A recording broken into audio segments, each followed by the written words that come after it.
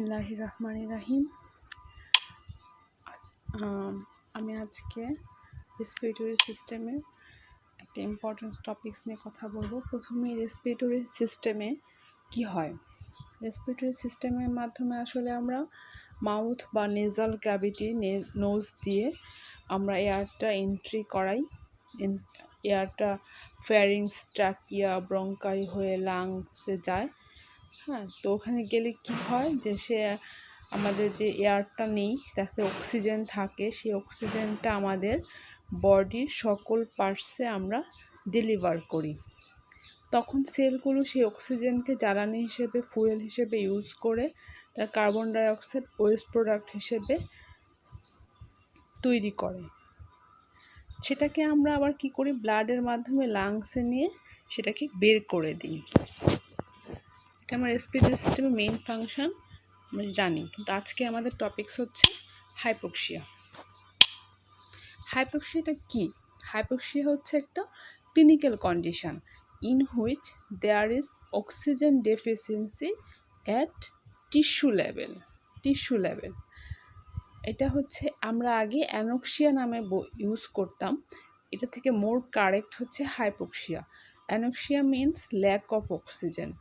আমাদের লিভিং কন্ডিশনে total absence of oxygen possible না, এই কারণে আমরা এই টার্মটা এখন ইউজ করি না, হাইপোক্সিয়া টার্মটা ইউজ করি। চারটা ইম্পর্টেন্ট ফ্যাক্টর আছে যারা হাইপোক্সিয়া দিকে নিয়ে যায়। প্রথম কথা হচ্ছে আর্টারিয়াল ব্লাডে অক্সিজেন টেনশন, ব্লাডের oxygen carrying capacity, velocity of blood flow and utilisation of oxygen by cells. কজের উপর ডিপেন্ড করে আমরা হাইপোক্সিয়াকে চারটা ক্যাটাগরিতে ভাগ করতে পারি। প্রথমেই হচ্ছে hypoxic hypoxia, anaemic hypoxia, stagnant hypoxia, histotoxic hypoxia. প্রত্যেক টাইপ অফ হাইপোক্সিয়া অ্যাকিউট এবং ক্রনিক হতে পারে এবং একই মানুষের দুইটা বা তার থেকে বেশি হাইপোক্সিয়া একই সময় প্রেজেন্ট থাকতে পারে। প্রথমেই হাইপোক্সিক হাইপোক্সিয়া, যাকে আমরা হাইপোক্সেমিয়া নামেও চিনে থাকি। এখানে কি হয়, আমাদের ব্লাডের পার্শিয়াল প্রেশার অফ অক্সিজেন কমে যায়। এটাকে আমরা আর্টারিয়াল হাইপোক্সিয়াও বলে থাকি। এটা হচ্ছে মোস্ট কমন ক্লিনিক্যালি। এখানে অক্সিজেন ক্যারিজ ক্ষমতাটা নর্মাল থাকে, সমস্যা হচ্ছে আমার সোর্স অফ অক্সিজেন কম থাকে। মেনলি হচ্ছে যখন হাই অ্যালটিটিউডে যাব বা মাইনে যাব, তখন হচ্ছে যে আমাদের arterial partial pressure of oxygen কমে যায়। আবার রেসপিরেটরি সিস্টেমে বিভিন্ন ডিজিজ যেমন নিউমোনিয়া, তার কমপ্লিকেশন হিসেবে আমরা পাই। হাইপোক্সিক হাইপোক্সিয়া হলে আমাদের বেস্ট ট্রিটমেন্ট হচ্ছে অক্সিজেন থেরাপি। এখানে অক্সিজেন থেরাপি 100% ইফেক্টিভ। চারটা ফ্যাক্টর আছে হাইপোক্সিয়া করার জন্য। প্রথমেই হচ্ছে low oxygen tension in inspired air বা atmospheric air which does not provide enough oxygen. Second, respiratory disorder আছে কিছু, যেখানে হচ্ছে পালমোনারি ভেন্টিলেশন কমে যায়, which does not allow intake of enough oxygen. আরেক ধরনের রেসপিরেটরি ডিসঅর্ডার আছে যেখানে হচ্ছে ইনএডিকুয়েট অক্সিজেনেশন হয় লাংসে, যেটা হচ্ছে not allow diffusion of enough oxygen. Fourth, cardiac disorder, যেখানে হচ্ছে আমার হার্টটা এনাফ ব্লাড পাম্প করতে পারছে না অক্সিজেন ট্রান্সপোর্ট করার জন্য। চারটায় আমি একটুখানি হালকা ইলাবোরেশন করে বলবো। প্রথমটা, যেখানে হচ্ছে ইন্সপায়ার বা অ্যাটমসফেরিক এয়ারের অক্সিজেন টেনশনটাই কম। এরকম কন্ডিশন কখন? হাই অ্যালটিটিউড, যখন আমরা ক্লোজড স্পেসে এয়ার ব্রেথ করব। আবার হচ্ছে breathing gas mixture containing low partial pressure of oxygen. এই কন্ডিশনে আমাদের required quantity of oxygen can not enter the lung. Second, disorder, respiratory disorder কিছু, যেখানে পালমোনারি ভেন্টিলেশন কমে যায়। এরকম কিছু কন্ডিশন যেমন হচ্ছে অবস্ট্রাকশন অফ রেসপিরেটরি প্যাসেজ, যেমন asthma, nervous and mechanical hindrance to respiratory system, poliomyelitis, depression of respiratory center, brain tumor হলে নিউমোথরাক্স। এই কন্ডিশনগুলোতে যে আমার অ্যাটমসফিয়ারে এনাফ অক্সিজেন আছে সেগুলো লাংসে ঢুকতে পারছে না। থার্ড, কিছু রেসপিরেটরি ডিসঅর্ডার যেখানে হচ্ছে অক্সিজেন অ্যাভেলেবিলিটি এবং এন্টারেন্স ঠিক আছে কিন্তু ডিফিউশন হতে পারছে না। এরকম কন্ডিশন কি? ইম্পেয়ার্ড অ্যালভিউলার ডিফিউশন, যেমন emphysema, presence of non functioning alveoli যেমন fibrosis, filling of alveoli with fluid যেমন pulmonary oedema, pneumonia, pulmonary haemorrhage, collapse of the lung, bronchiolar obstruction, lack of surfactant, এই কন্ডিশনগুলো। নাম্বার 4, কার্ডিয়াক ডিসঅর্ডার কিছু আছে যখন হচ্ছে heart pump করতে পারছে না এনাফ, যেমন কনজেস্টিভ হার্ট ফেলোর, অক্সিজেন অ্যাভেলেবিলিটি এবং diffusion normal but blood can not pumped from heart properly. এখানে একটা কথা বলি যে due to non uniform pulmonary blood flow as in anatomical shunt যেমন ফ্যালোটেট্রালজি, venous two arterial shunt, right to left cardiac shunt, এগুলো কী হয়? Venous admixture হয়। এটা হচ্ছে হাইপোক্সিয়া একটা ফিগার কি হতে পারে, কি কন্ডিশনে। সেকেন্ড, এনিমিক হাইপোক্সিয়া, এখানে হচ্ছে arterial partial pressure of oxygen normal থাকবে কিন্তু আমার অ্যামাউন্ট অফ হিমোগ্লোবিন যে অক্সিজেন ক্যারি করে নিয়ে যাবে সেটা কম থাকবে। সুতরাং কি হচ্ছে? The availability of blood to carry enough amount of oxygen enable থাকবে। কি কন্ডিশন এরকম হয়?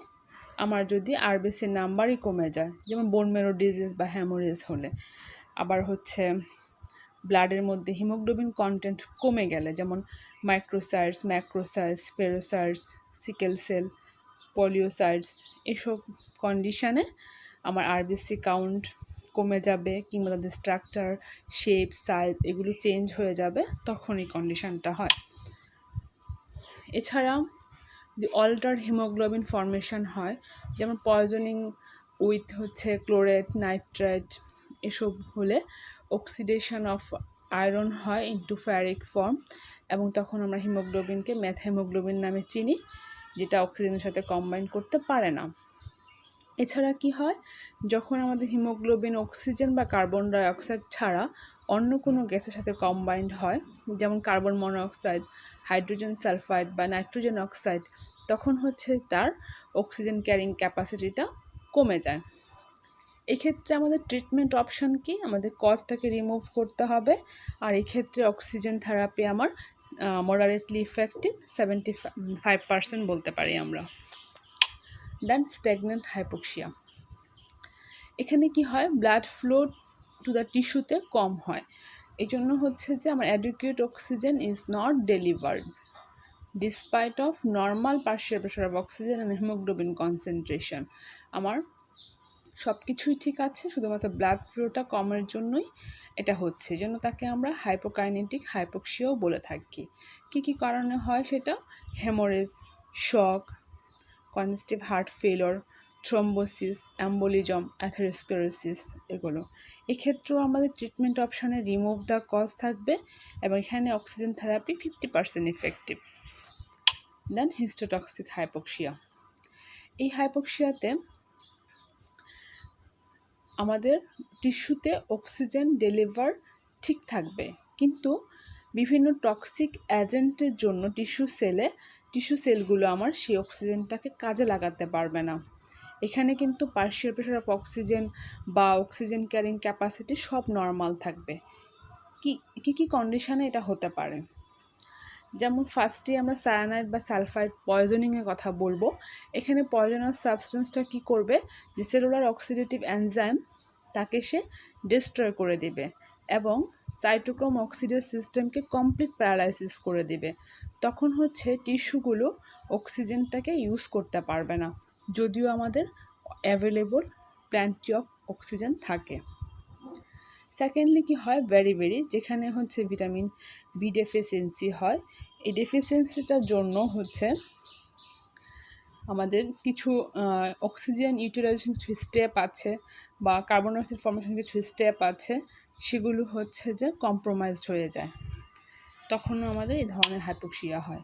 এছাড়া tissue cellular oxidative enzyme deficiency থাকলে বা টিস্যু অক্সিডেটিভ সিস্টেমে কিছু এলিমেন্ট ডেফিসিয়েন্সি থাকলেও এই ধরনের হাইপোক্সিয়া হয়। তখন আমরা কি করি ট্রিটমেন্টে? মিথাইলিন ব্লু অর নাইট্রাইট দিই বা হাইপারবরিক অক্সিজেনেশন করি। এখানে কিন্তু অক্সিজেন থেরাপি ইফেক্টিভ হবে না। কারণ কি?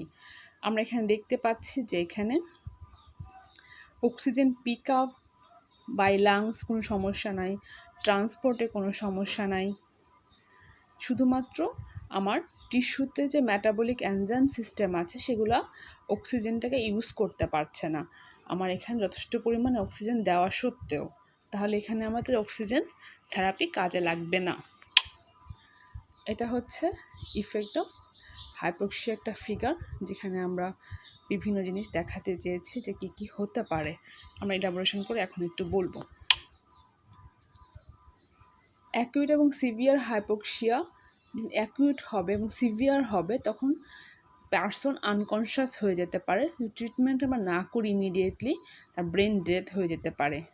আর যদি ক্রনিক ক্ষেত্রে হয় তখন কিছু সিমটম পাবো বডিতে, আমরা তাকে আমরা দুই ভাগে ভাগ করতে পারি, ইমিডিয়েট এবং ডিলেড। অ্যাট ফার্স্ট ইমিডিয়েট ইফেক্টের মধ্যে সেলে কি হবে? প্রথমে হাইপোক্সিয়া করবে। হাইপোক্সিয়া আমাদের ট্রান্সক্রিপশন ফ্যাক্টর প্রোডাকশান করবে, যাকে আমরা হাইপোক্সিয়া ইনডিউসিবল ফ্যাক্টর বলে থাকি, যারা তৈরি হয় আলফা এবং বিটা সাব ইউনিটস দিয়ে। নর্মালি কি হয়? আলফা সাব ইউনিটস আর র্যাপিডলি ডিস্ট্রয় হয়ে যায়, ইউবিকুইনেটেড হয়ে যায়। কিন্তু হাইপোক্সির ক্ষেত্রে কি হয়? আলফা সাব ইউনিটটা ডিমারাইজ হয়ে বিটা সাব ইউনিটের সাথে, তখন সে কি করে? এই ডায়ামারটা কিছু জিনকে অ্যাক্টিভেট করে, যেগুলো হচ্ছে কিছু প্রোটিন প্রডিউস করে, যেমন অ্যাঞ্জিওজেনিক ফ্যাক্টর, ইরাথ্রোপয়েটিন। এগুলো ইরাথ্রোপয়েটিন যখন প্রোডাকশান বেশি করবে তখন সে আরবিসি প্রোডাকশানটা বাড়িয়ে দিবে, তখন অক্সিজেন ক্যারিং ক্যাপাসিটিটাও বেড়ে যাবে। সেন্ট্রাল নার্ভাস সিস্টেম বা ব্রেনের উপর সে কী করে? ইন মাইল্ড ক্ষেত্রে, অল্প হাইপোক্সিয়ার ক্ষেত্রে কী করে? অ্যালকোহলিক ইনটক্সিকেশনের মতো সিমটম সে অ্যাপিয়ার করবে। সেটা কীরকম? যে পার্সন ডিপ্রেসড থাকবে, apathetic, with general loss of self control, persons become talkative, ill tempered, rude, quarrelsome. তারপর হচ্ছে person start shouting, singing or crying, disorientation, loss of discriminative ability, loss of power of judgment, memory impaired হবে, weakness থাকবে, loss of coordination, fatigue of muscle, এগুলো হবে। আর যদি acute এবং severe ক্ষেত্রে আমরা আগেই জানি যে কনশাসনেস থাকবে না, সে আনকনশাস হয়ে যাবে, ট্রিটমেন্ট না করলে coma, which lead to death. Cardiovascular সিস্টেমের উপর সে কী করে? প্রথমেই সে অ্যাট ফার্স্ট ইনিশিয়ালি হচ্ছে কার্ডিয়াক এবং ভ্যাজোমেটর সেন্টার রিফ্লেক্স স্টিমুলেশনের জন্য রেট এবং ফোর্স অফ কন্ট্রাকশন বেড়ে যাবে, কার্ডিয়াক আউটপুট, ব্লাড প্রেশারও বাড়বে। কিন্তু পরবর্তীতে কি হবে? রেট এবং ফোর্স অফ কন্ট্রাকশন কমে যাবে, কার্ডিয়াক আউটপুট, ব্লাড প্রেশারও কমে যাবে। রেসপিরেশনের ক্ষেত্রে ইনিশিয়ালি সে রেসপিরেটরি রেটটাকে ইনক্রিজ করবে due to chemoreceptor reflex. Because of this, large amount of carbon dioxide washed out and alkalemia develop করবে। তারপর কি হবে? রেসপিরেশনটা শ্যালো এবং পিরিয়ডিক হয়ে যাবে। ফাইনালি হচ্ছে rate and force of breathing are reduce to a great extent due to failure of respiratory centre. Digestive সিস্টেমের উপর সে কী করে? Loss of appetite, nausea, vomiting, mouth তার ড্রাই হয়ে যাবে এবং সে ফিলিং অফ থ্রাস্ট থাকবে। কিডনি সিস্টেমের উপর ইরাথ্রোপয়েটিন সে রিলিজ করবে জাক্সটাগ্লোমেরুলার অ্যাপারেটাস থেকে বেশি পরিমাণে, এবং তখন অ্যালকালাইন ইউরিন এক্সক্রিটেড হবে। ডিলেড ইফেক্টের মধ্যে আমরা depending upon the length and severity of exposure to হাইপক্সিয়ার উপর ডিপেন্ড করে। পার্সন বিকাম হাইলি ইরিটেবল এবং develop symptoms of mountain sickness, যেমন হচ্ছে nausea, vomiting, depression, weakness, fatigue, এগুলো ডেভেলপ করবে। That's all. Thank you for your patience hearing.